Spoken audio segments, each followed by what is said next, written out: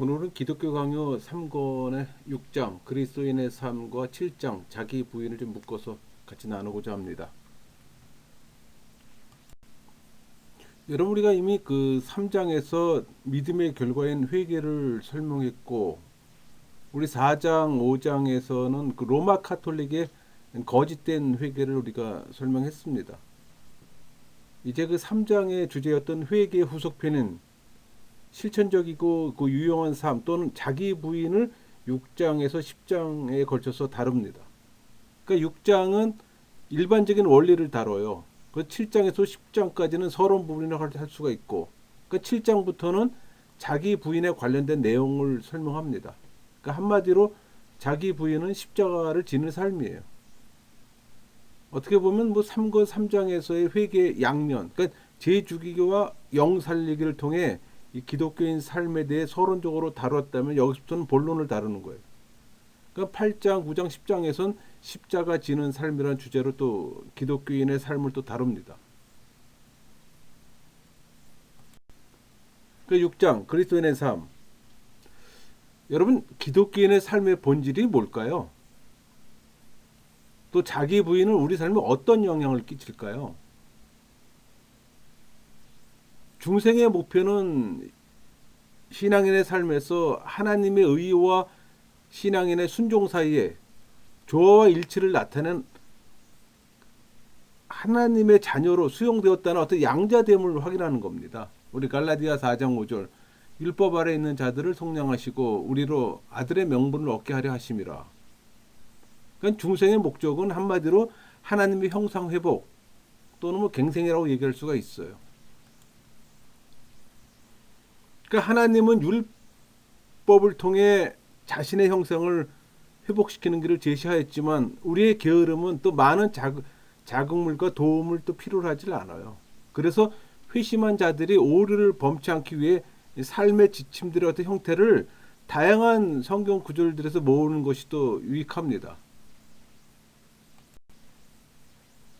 여러분, 우리를 중생시킨 목적은 순종을 통해 하나님의 의와 일치된 삶을 살게 하는 거예요. 그러니까 하나님의 의와 나의 삶의 조화. 그러니까 하나님의 자녀로서 온전한 삶을 살게 하라는 겁니다. 우리 갈라디아 4장 5절 말씀처럼 율법 아래 있는 자들을 속량하시고 우리로 아들의 명분을 얻게 하려 하심이라. 그러니까 하나님의 말씀은 우리 안에 하나님의 형상을 회복시키는 힘이 있습니다. 하나님의 형상은 진리, 하나님의 의, 거룩을 말하는 겁니다. 그러니까 하나님과 우리와의 공의적 속성이에요, 이거는. 철학자들은 논술의 명숙함을 가지고 장황하게 삶의 윤리를 논하지만 생명에 이르는 이 보편적 준칙을 가르치지 못해요. 그러나 하나님의 법에는 우리 안에서 하나님의 형상을 회복시키는 그 신기함이 들어 있습니다. 그러니까 중생의 목표는 이 신기함으로 성도들의 삶이 하나님의 의와 조화의 일치를 이루도록 하는 데 있어요.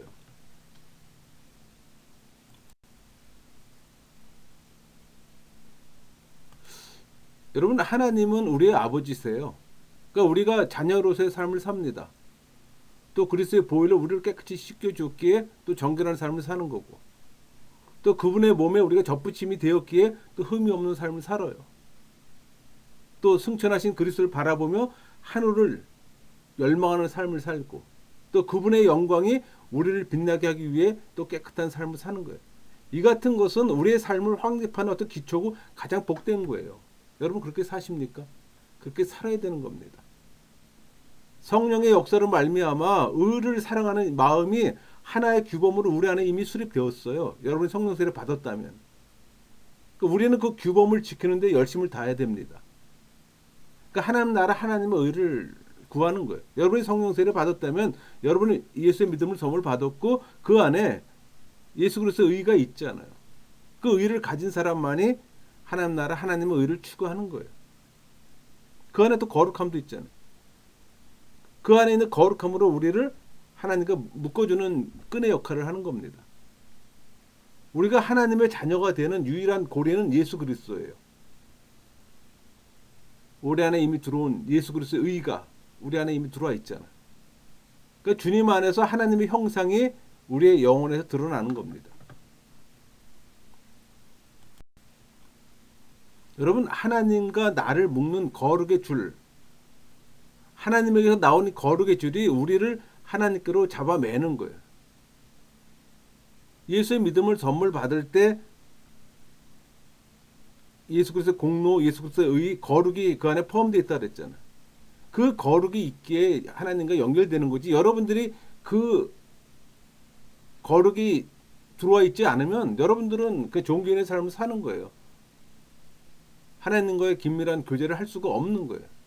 그래서 많은 사람들이 교회 안에서 교회 생활하지만은 성령 세례를 받지 못했기 때문에, 예수의 믿음을 받지 못했기 때문에, 예수 그리스도의 의와 거룩과 예수 그리스도의 공로와 영생을 받지 못했기 때문에 하나님과 교감을 못하는 겁니다. 예수 그리스도가 우리를 자신의 몸에 접붙이셨어요. 예수 그리스도의 의가 우리 안에 이미 들어왔잖아요. 카피소를 준 거예요. 그 안에 거룩이 있고. 그 거룩은 그리스도인들이 평생 동안 바라볼 최대의 목표잖아요. 내 안에 그게 들어왔다고 오늘 내가 거룩해지는 게 아니잖아요. 성화의 과정을 계속 통해서 성령의 지배를 받고 은혜를 경험함으로 인해서 내가 거룩해지는 거죠. 그러니까 성령의 지배를 받는 삶이 거룩한 삶이에요. 내가 거룩하고 싶어서 거룩해지는 게 아니에요. 내가 수원에 들어간다고 해서 거룩해지는 게 아니에요. 내가 일상의 삶에서 성령의 지배를 받는 은혜를 경험하는 삶을 살아야지 내가 거룩해지는 거예요. 그럴 때 그것이 우리를 구원하시는 하나님의 목적입니다. 그래서 신앙인은 욕망에 젖어 옛사람으로 살 게 아니에요. 우리 에베소 4장 22절 볼까요? 너희는 유혹의 욕심을 따라 썩어져가는 구습을 따른 옛사람을 벗어버리고 오직 너희의 심령이 새롭게 되어, 그런 삶을 살아야 되는 거예요. 그러니까 그리스도를 선생으로 삼는 제자로서 마땅하게 처신해야 하는 겁니다. 따라서 그 삶이 성경의 가르침, 즉 교리에 부합되어야 하는 겁니다.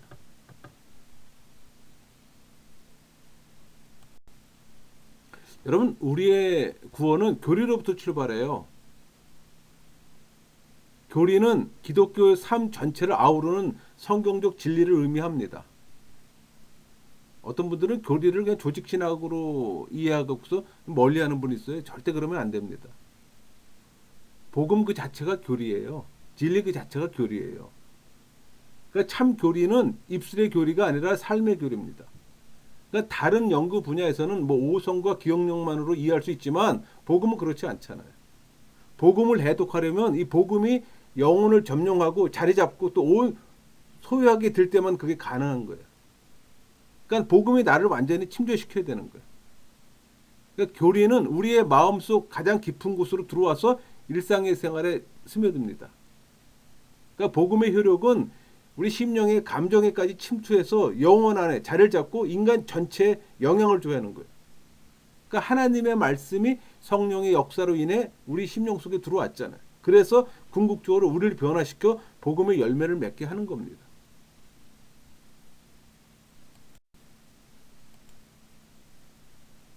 여러분, 그리스도인의 삶을 산다는 것이 뭘까요? 하나님이 우리를 그리스도 안에서 자신의 양자로 삼으신 것은 그리스도를 우리 삶에서 나타내기 위함입니다. 그러니까 그리스도인은 생활 속에서 그리스도를 나타내야 되는 거예요. 그러니까 그리스도인의 삶을 살지 못할 때 주님을 배척하는 죄라고 우리는 보통 얘기합니다. 그러니까 복음은 우리 마음속 깊은 영혼 안에 머물러 인격 전체에 영향을 줘요. 성경은 이 신비적 연합의 근거를 두 가지로 말합니다. 그러니까 본성상 의를 사랑할 수 없는 우리 마음속에 의에 대한 사랑이 주입되고 확립되는 거예요. 또 성경에 나타난 이 삶의 규범인데 이 규범이 있기 때문에 우리는 우리 의에 대한 열심이 있어서 방황치 않게 되는 겁니다. 여러분, 신앙인들은 방황하지 않아요. 영적 방황이 없습니다. 종교인에게 해당되는 얘기예요, 그 얘기는. 여러분, 복음은 성도의 삶 가운데 지속적으로 역사해요. 그러나 아무도 이 세상의 삶을 사는 동안 복음적 완전에 도달할 수는 없습니다. 그러니까 완전에 대한 허상은 포기하세요. 하나님은 성도의 순전함만을 요구합니다. 우리 창세기 17장 1절, 나는 전능한 하나님이라 너는 내 앞에서 행하여 완전하라. 이는 하나님 한 분만 믿고 섬기는 영혼의 순수한 단수성을 지니고 심령에 받은 말씀대로 살고자 하는 어떤 올바른 영적 삶의 원리에 우리 충실한 마음의 자세를 말하는 거예요. 그렇게 사라지는 게 아니에요. 그러니까 지상의 삶의 가치는 선함 그 자체에 이르도록 쉬지 않고 주의 길을 가는 데 있는 겁니다. 이는 육체의 연약함을 벗어버리고 그분과 충만한 사귐에 이르기까지 계속적으로 가야 되는 거예요. 그러니까 이 땅 가운데 여정은 그렇게 만만한 게 아니에요. 전쟁터잖아요. 여러분은 영적 전사예요. 여러분이 여기서 그런 영적 전투가 없다면 여러분 종교인입니다. 여러분이 신앙인이라면 여러분 끝없이 영적 전투를 하면서 살아가는 거예요. 그 완전을 추구하며. 물론 그 완전은 이 땅 가운데는 이루질 못합니다. 아마 영화의 과정에서 이룰 겁니다. 죽어서. 여러분 우리 중생한 그리스도인들은 완전한 설계도를 들고 있어요. 그게 성경이 있잖아요. 그 성경을 들고 매일 자기 삶을 건축합니다. 인간은 타락해 본래 의에 대한 열정이 없어요. 그러니까 하나님의 은혜로 중생한 자들은 의에 대한 열정을 갖게 됩니다. 그 열정이 방황하지 않도록 성경의 안내를 받는 의로운 삶이 그리스도인의 삶이에요. 그렇다면 성경을 부지런히 봐야겠죠. 말씀을 들어야 되는 거고 묵상하고 그런 시간을 그런 시간에 여러분의 시간을 노출해야 되는 거예요. 여러분 인간의 연약함으로 핑계로 말씀을 버릴 수가 없어요. 말씀은 풍성한 삶을 위해서 필요합니다. 그래서 하나님이 우리에게 성실을 요구하세요. 세상과 믿음의 양다리가 아니에요. 성실이란 마음이 진실하고 단순하다는 겁니다. 간사함, 과장 없고 두 마음을 품지 않는 걸 의미하잖아요. 이렇게 해서 6장을 마쳤는데 6장을 간단하게 요약하면은 중생의 목적은 하나님의 의와 신자들의 순종 간의 어떤 조화와 일치를 나타냅니다. 그래서 그분의 자녀임을 확인하는 거예요. 그러니까 율법을 통해 그분의 형상을 회복시킬 수 있지만 타락한 우리는 불가능하고 중생을 통해서만 가능해요. 그래서 성령 세례를 받아야 되는 겁니다. 그러니까 성경에서는 기독교인의 삶에 대해 두 가지 교훈하잖아요. 우리 마음에 의를 사랑하는 마음을 심어주시고 또 의를 향한 열망을 지켜나가는 규칙을 주신다는 겁니다. 그 모본으로 그리스도를 주셨어요. 또 그분을 따라 살아야 하는 거고. 그러니까 기독교인의 삶에 대한 논의는 혀의 교리가 아니에요. 삶과 마음의 교리입니다. 도덕적 삶이 기독교인이 행해야지만 완전해진다는 건 아니에요. 불완전하지만 지속적으로 완전에 이르기 위해 부지런히 조금씩 노력하면서 전진하는 겁니다. 7장 자기 부인.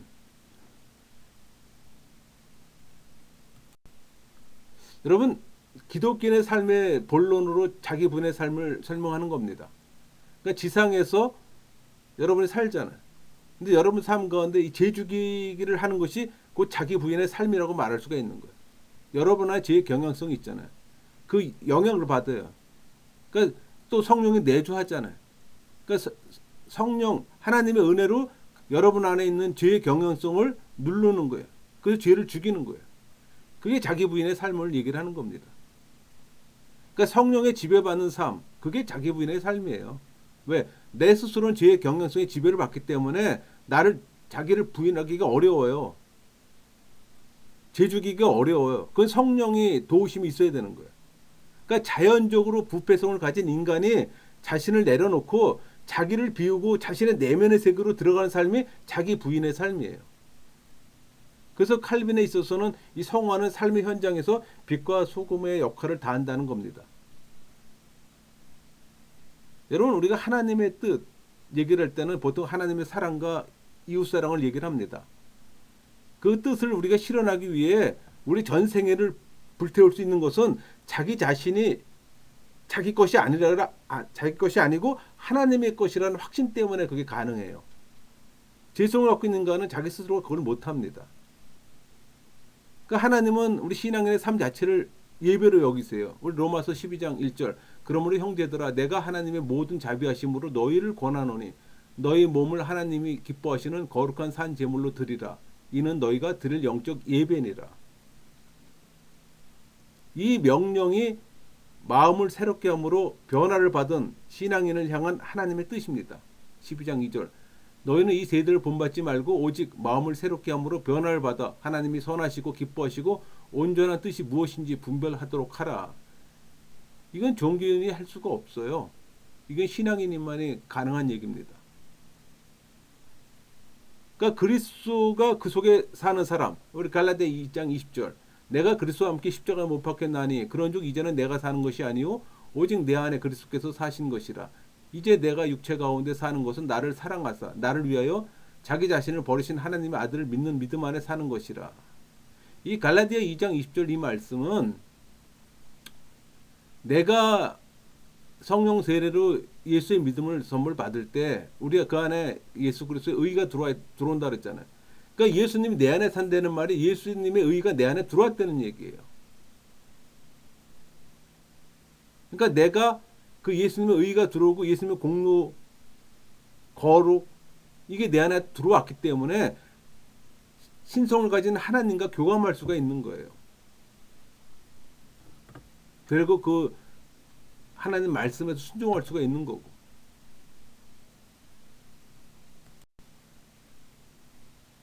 여러분 기독교 철학의 요체는 너희는 너희 자신의 것이 아니라는 겁니다. 그 말씀에 비추어 자기 자신을 부인함에 있어요. 그러니까 우리는 우리 자신의 것이 아니에요. 하나님의 소유예요. 여러분이 성령 세례 받았다면 하나님의 자녀입니다. 그러니까 주님을 섬기는데 자신의 모든 능력을 적용시킬 수 있도록 자신에게서 떠나야 되는 거예요. 그러니까 우리가 흔히 사용하는 섬긴다는 말이 있잖아요. 섬긴다는 말 많이 쓰잖아요. 말씀에 순종하는 것만 아니라 감정을 비우고 전적으로 성령이 명하는 곳에 마음을 돌이키는 걸 의미합니다. 누구한테 봉사하는 걸 얘기를 하는 거 아니에요, 여러분. 섬긴다 그럴 때. 우리 여기 보면 에베소 4장 20절 오직 너희의 심령이 새롭게 되어 이런 표현이 있잖아요. 이렇게 되는 변화가 생명으로 들어가는 첫 입구예요. 이걸 중생을 의미하는 겁니다. 우리가 중생하게 되면 성령이 우리한테 내주하게 되면 그때 예수의 믿음이 들어오잖아요. 이게 중생이라고 그랬잖아요. 말씀으로 우리 의지를 인쳐줄 때 그게 성령 세례라고 그랬잖아요. 그래서 여러분들은 부지런히 말씀을 듣고 보고 묵상하라는 이유가 바로 그거예요.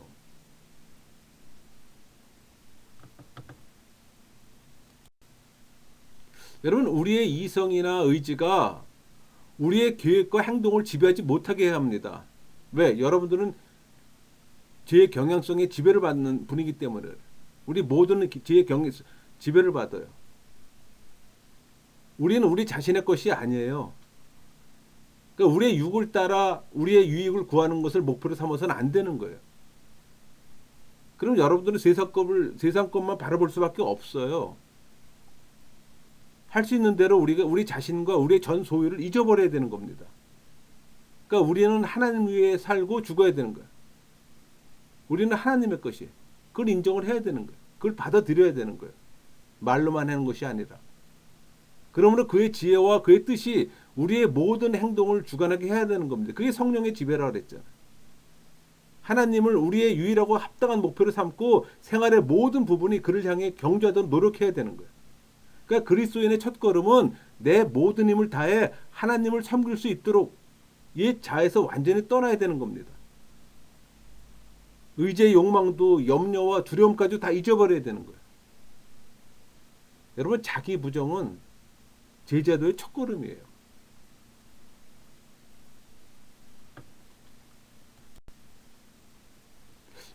여러분이 신앙인이 되었다는 것은 일생을 선한 싸움을 싸우도록 부르심을 받았다는 얘기예요. 영적 군사라는 얘기예요. 내적으로는 죄와 싸웁니다. 내 안에 있는 죄의 경향성하고 싸우는 거예요. 외적으로는 고난과 유혹과 싸움을 하는 거예요. 신앙인의 소망은 예수님이 재림과 천국이잖아요. 칭의에 머무는 것이 아니라 성화로 나아가야 되는 겁니다. 여러분 타 종교는 자기를 완성하라고 그래요. 근데 기독교는 자기를 부인하라고 얘기합니다. 우리의 것을 구하지 말고 주님의 뜻을 구하고 그분의 영광을 증진시키고 헌신하는 겁니다. 전제로서 하나님을 자신의 창조자로 인정하는 삶을 말하는 거예요. 하나님을 창조자로 생각하고 경외하는 마음을 가진 자는 그분의 섭리를 올바르게 인정합니다. 불행하게도 그분을 창조자로 인정하는 자가 얼마 되지 않는 게 문제예요.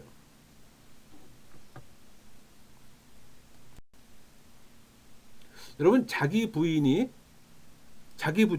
마음을 사로잡자마자 내려놓는 것들이 있어요.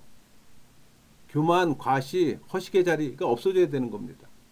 탐욕, 욕망, 사치, 우유부단, 자기 사랑으로 말미암는 다른 악들을 위한 자리가 없어져야 되는 거예요. 이런 것에서 벗어나는 유일한 구조책은 자신을 부인하고 자신의 이성을 포기하고 자신의 모든 마음을 주님께서 요구하는 것으로 추구하는 거예요. 이것이 그분이 기뻐하시는 것으로 여기는 겁니다. 그 삶이 쉽지 않죠?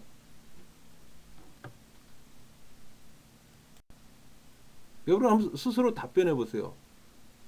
나는 주인인가? 나는 종인가? 우리 이성 의지가 우리 계획과 행동을 지배하거나 우리 자신을 위해 살아서는 안 된다는 겁니다. 오직 종으로서 하나님의 뜻이 나에게 이루어지길 소망하며 살아야 되는 거예요. 그리스도인의 종이라 시인할 때 비로소 하나님을 예배하게 됩니다. 여러분, 자기 부인은 수도원의 영성이 아니에요. 세상 속에서 이웃을 사랑하고 섬기는 겁니다.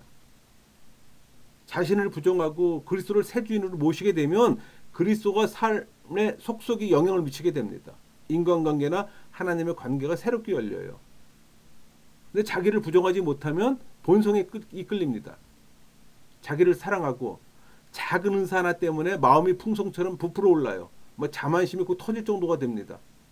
자랑을 늘어놓으면서 마음의 죄를 숨겨요. 실수를 회개하기보다는 정당하다고 꾸미게 됩니다. 자신에 대해서 관대해요. 그러나 타인의 실수를 비난하고 또 과장합니다. 그러니까 모든 죄인은 자기가 잘났고 마음속에 자기 왕국을 가져요. 우리 모두는 죄인이잖아요. 다 똑같아요. 죄인의 상태에서 보면 다 똑같아요. 정도의 차이만 있을 거지. 문제는 내가 불신자에서 종교인으로 왔고 종교인에서 신앙으로 넘어와야 되는데 종교인에서 평생을 교회 생활하면서 신앙인으로 못 넘어오는 사람들이 많아요. 그게 제일 안타까운 거예요. 우리나라가 복음이 들어와서 근 100년의 시간이 지났지만 종교인까지 만드는 데 성공했어요. 짧은 시간에 폭발적인 증가를 이뤘으니까 수적 증가를 이뤘지만 결과론적으로 변증의 과정이 없이 복음이 들어왔고 장독대 정한수 위에 기독교가 바뀐 것 뿐이잖아. 십자가가 바뀐 것 뿐이잖아. 문제는 종교인에서 신앙으로 넘어가지 못한다는 게 문제입니다. 여러분, 종교인까지는 교회를 50년 다녀도 죽으면 천국을 가지는 못해요. 문제는.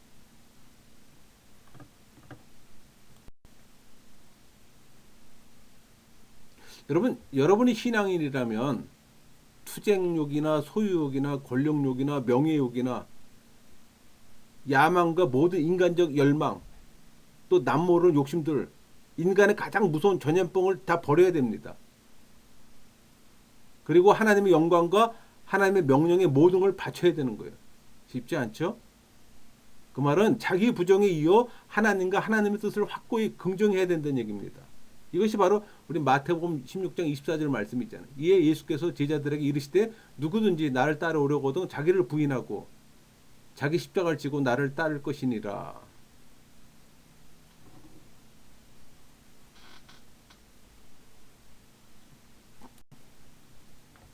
우리 디모데후서 3장 2절에서 5절까지 말씀 좀 볼까요? 사람들이 자기를 사랑하며 돈을 자랑하며 교만하며 비방하며 부모를 거역하며 감사하지 아니하며 거룩하지 아니하며 무정하며 원통을 풀지 아니하며 모함하며 절제하지 못하며 사나우며 선한 것을 좋아하지 아니하며 배신하며 조급하며 자만하며 쾌락을 사랑하기를 하나님 사랑하는 것보다 더하며 경건의 모양은 있으나 경건의 능력은 부인하는 이 같은 자들에게서 네가 돌아서라. 여기 디모데후서 3장 2절에서 5절까지 말씀이 말하는 자기 사랑의 거부입니다. 여러분, 예배의 구약의 의미는 제사였잖아요. 현재로서는 봉사고 산제사입니다. 그러니까 하나님의 종이라는 인식이 있어야 되는 거예요. 우리가 하나님을 올바르게 예배하는 길을 준비하기 위해서 우리를 가장 방해하는 두 가지 장애물이 있어요. 하나가 불경건입니다. 우리의 천성은 이쪽으로 너무 많이 기울어져 있어요. 또 하나가 세속 욕심이에요. 이것이 미치는 범위는 너무나 커요. 이 불경건이란 미신뿐만 아니라 하나님에 대한 이 성실한 두려움을 방해하는 모든 것이 다 포함됩니다. 여러분, 세속 욕심은 육의 정욕과도 같은 겁니다. 인생의 모든 부분을 세 부분으로 묶어요. 신중함, 의로움, 경건입니다. 신중함은 근심함으로도 표현할 수가 있습니다. 이 가운데 신중함은 정절과 절제뿐만 아니라 세상 재물을 순결하고 검소하게 사용하며 빈곤을 참는 걸 의미합니다. 그러니까 의로움은 모든 사람에게 그가 받아야 할 것을 주는 이 공정성의 모든 의미를 포함하는 거예요. 로마서 13장 7절 모든 자에게 줄 것을 주되 조세를 받을 자에게 조세를 바치고 관세를 받을 자에게 관세를 바치고 두려워할 자를 두려워하며 존경할 자를 존경하라. 여러분, 경건은 세상의 불법에서 분리된 우리를 하나님과 결합시켜 참으로 거룩하게 만드는 거예요. 이런 일들이 서로 결합되어 서로 분리시킬 수 없는 끈으로 묶이게 될 때 완전 무결한 상태로 나타나는 겁니다. 그러나 우리가 육의 이성과 작별하고 우리의 정욕을 제어하며 버린 후일지라도 하나님과 우리 형제들에게 우리 자신을 바치며 또 세상의 더러움 속에서 천사의 생활을 명상한다는 것은 무엇보다도 어려워요.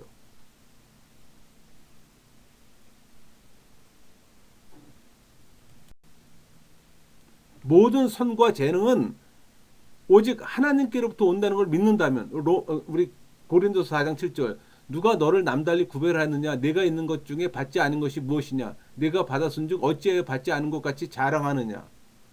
다른 사람의 실수도 용서하고 내가 잘못했을 때 영광과 호의를 하나님께 돌려야 하는 겁니다. 그래서 칼빈은 자기 부정이 먼저 일어나야 남을 위해서 무엇인가 할 수 있다고 얘기를 합니다. 그 말은 만약에 당신 자신에 대한 생각을 포기하지 못한다면 혹은 당신 자신의 포로가 된 채 거기서 벗어나지 못한다면 당신은 아무것도 할 수 없을 거라고 얘기를 하는 거예요. 그러니까 신앙인들은 교회 공동체나 사회 공동체의 어떤 공통의 선과 행복을 위해서 자기 부정과 이웃 사랑을 아끼지 말아야 합니다. 또 교회의 건강한 성장을 위해 또 전심전력하는 게 또 자기 부정이에요. 자기를 사랑하며 자기를 타인과 비교해서 타인을 멸시하는 걸 당연하다고 생각해요. 만일 하나님께서 우리에게 어떤 것을 주시면 또 우리의 마음이 막 부풀어 오르잖아요. 그 자만심이 막 터질 정도가 되잖아요. 우리를 침범하는 제약들을 사람들 앞에서 또 숨기려고 또 애쓰잖아요. 한편으로는 사소하고 중요하지 않다는 구실로 자기 만족에 빠지거나 심지어는 선한 일이라고 착각할 때도 있어요.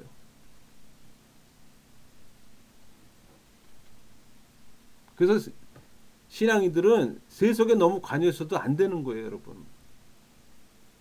너무나 다른 세상을 살고 있는 거예요, 신앙인들은. 그래서 그렇게 어려운 거예요. 종교인 일은 별 문제가 되질 않아요. 세상하고 연계되고 이런 것들이 별로 어렵지가 않아요. 근데 여러분이 신앙인이 되었다면 세속하고 너무 반대의 길을 걷기 때문에 힘든 거예요. 이 세상 속에 사는 것이.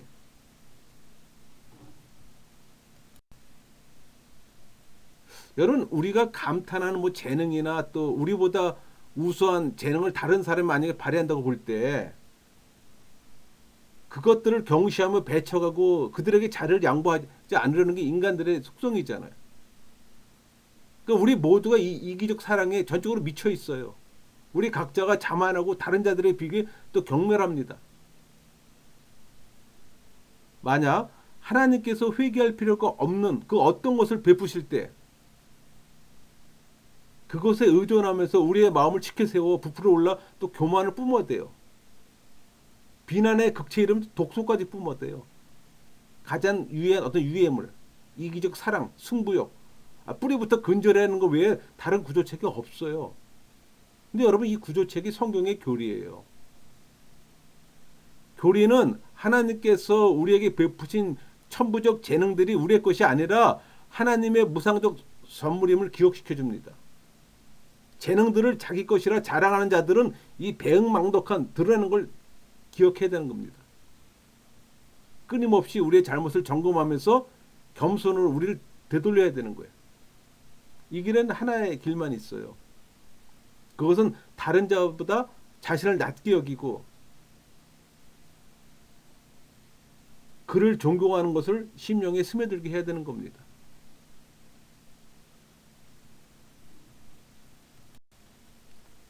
여러분, 예수님은 자기를 따르는 자는 처음부터 자기 부인, 자기 십자가를 가르쳤어요. 칼빈도 일생 동안 자기와 부단한 싸움을 합니다. 사도 바울도 하늘을 소망하며 육체의 고난을 견디며 주를 섬겼어요. 우리가 다른 사람에게 선을 행하는 것은 사람이 아니라 하나님 때문이에요. 자기 부정은 다른 말로 섬김입니다. 섬길 때 실망하지 않고 교만하지 말고 자랑하지 말아야 되는 거예요. 그래서 사도 바울은 우리 고린도전서 13장 4절 5절에서 사랑은 오래 참고 사랑은 온유하며 시기하지 아니하며 사랑은 자랑하지 아니하며 교만하지 아니하며 무례히 행하지 아니하며 자기의 유익을 구하지 아니하며 성내지 아니하며 악한 것을 생각하지 아니하며 우리에게 주신 모든 것을 관리하는 청직입니다. 여러분이 청직이란 얘기예요. 여러분들이 회심한 그리스도인이라면 이 청직의 직책에 관해 하나님께 보고할 의무가 있다는 겁니다. 그뿐 아니라 올바른 청직의 유일한 자격은 사랑을 표준으로 알아낼 수가 있는 겁니다. 인간의 악한 의도를 고려하지 말고 그들 안에 있는 하나님의 형상을 바라봐야 되는 겁니다. 우리는 남의 이익에 대한 열심과 자기 이익에 대한 관심을 결합할 뿐 아니라 자기 부인 또는 제 죽이기는 사랑의 임무들을 성취할 때만 일어나요. 사랑에 대한 진지한 마음을 가질 때 가능합니다. 자기 일보다 남의 일을 더 중요시하게 될 겁니다. 그러기에 쉽지 않잖아요. 근데 그렇게 살아야 합니다. 여러분, 자기 부인의 중요한 부분은 하나님을 바라보는 거예요. 현실의 편익이나 평정을 추구한다면 주님의 뜻에 우리 자신과 우리의 모든 소유물을 포기해야 되는 겁니다. 그렇게 할 수 있을까요? 쉽지 않잖아요. 근데 거듭나고 하나님 바라보는 삶을 성령의 지배를 받게 되면 그게 가능해져요. 종교인에게는 탁도 없는 얘기입니다. 불신자에게는 더 말할 것도 없고. 그러니까 성경의 교훈과는 달리 우리는 가난을 두려워하고 증오하고 수치스러워해요. 어떤 수단을 사용해서라도 그런 상황에 벗어나려고 하지만 불안은 못내 떨치지 못하고 살아갈 뿐입니다. 이에 반해 경건한 자는 주님의 복에 의한 것이 아니면 번영의 길을 바라지도 원하지도 명상하지도 않습니다. 그게 차이예요. 종교인하고 신앙인의 차이입니다. 똑같이 묵상을 해도. 경건의 법칙은 운명이라는 소경에게 자신의 삶을 맡기는 것이 아니라 모든 것을 하나님의 손, 다른 말로 하면 섭리 안에 두는 겁니다.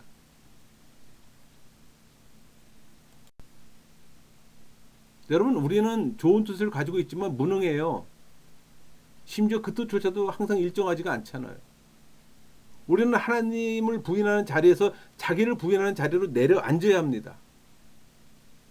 이제 주님의 띠를 띠고 주님께서 원하는 곳으로 가야 하는 겁니다. 우리 요한복음 21장 18절 내가 진실로 진실로 내게 이르노니 내가 젊어서는 스스로 띠띠고 원하는 곳을 다녔거니와 늙어서는 네 팔을 벌리리니 남이 내게 띠띠우고 원하지 않는 곳으로 데려가리라. 그러면 우리 자신을 부인하고 오직 여호와를 즐거이 인정해야 합니다. 우리 디모데후서 2장 13절 우리는 미쁨이 없을지라도 주는 항상 미쁘시니 자기를 부인하실 수 없으시니라. 경건한 사람은 오직 주님이 주시는 복만을 받겠다고 결심합니다.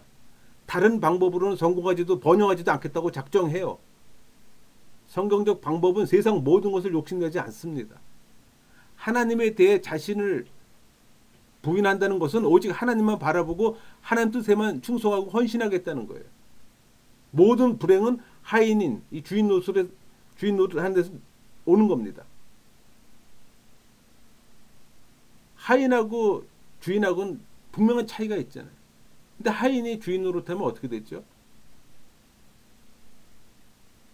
번영과 바라는 결과를 낳는 이 수단들은 하나님의 복으로만 가능한 거예요. 왜? 그게 하나님 뜻에 맞는 거기 때문에. 그러니까 하나님 뜻에 맞지 않는 번영은 우리한테 오히려 악을 초래하는 거예요.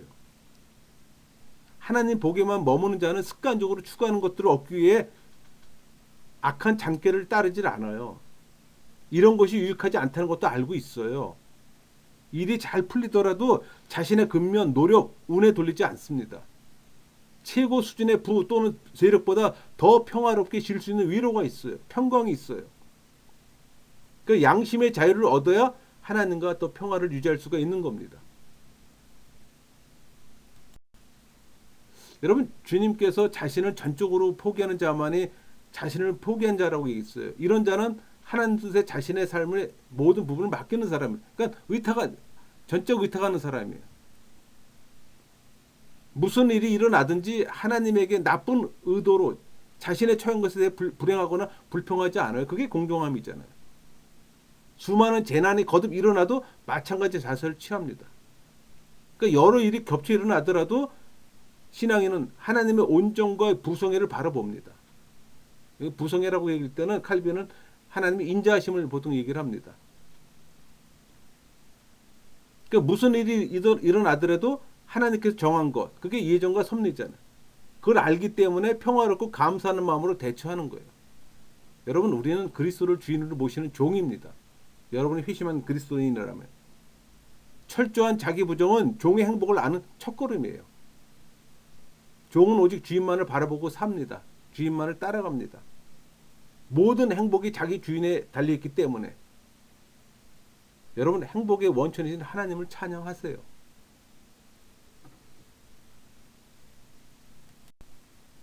이렇게 해서 우리 7장을 마쳤는데 7장을 좀 요약하면은 그러니까 기독교 신자들의 구체적 삶에서 주인은 하나님뿐입니다. 우리는 그분의 것임을 잊어서는 안 되는 거예요. 종이에요, 여러분. 청직일 뿐입니다. 하나님께 헌신하면서 우리 자신을 부인하고 그분의 뜻을 따라야 되는 겁니다. 이러기 위해서 이 세상을 본받지 말고 그분의 형상을 향해 부지런히 나아가야 되는 겁니다. 왜? 거듭난 중생한 사람에게는 하나님 형상이 회복됐잖아요. 기독교 신자들의 삶을 결정짓는 단어가 자기 부인이에요. 그러려면 불경건과 세속적 욕심을 제거해야 되는 겁니다. 말만 하는 것이 아니라. 여러분, 자기 부인은 이웃과 하나님과 관련해서 생각해야 되는 거예요. 하나님이 허락하시는 방법으로 부와 평안을 누려야 되는 겁니다. 자기 부인은 자기만의 생각을 해서는 안 되는 거예요. 대상이 하나님이요, 대상이 이웃입니다. 악인들의 형통을 보고 마음 아파하지만 고통 속에서 그분이 주신 평강으로 또 경건한 자들은 또 행복을 누립니다. 그분이 허락하시는 방법으로 부와 권력을 누려야지, 그렇지 않으면 일시적인 안락만을 누릴 뿐 패망에 이르게 되는 거예요. 그걸 깨달아야 되는 겁니다. 마치겠습니다.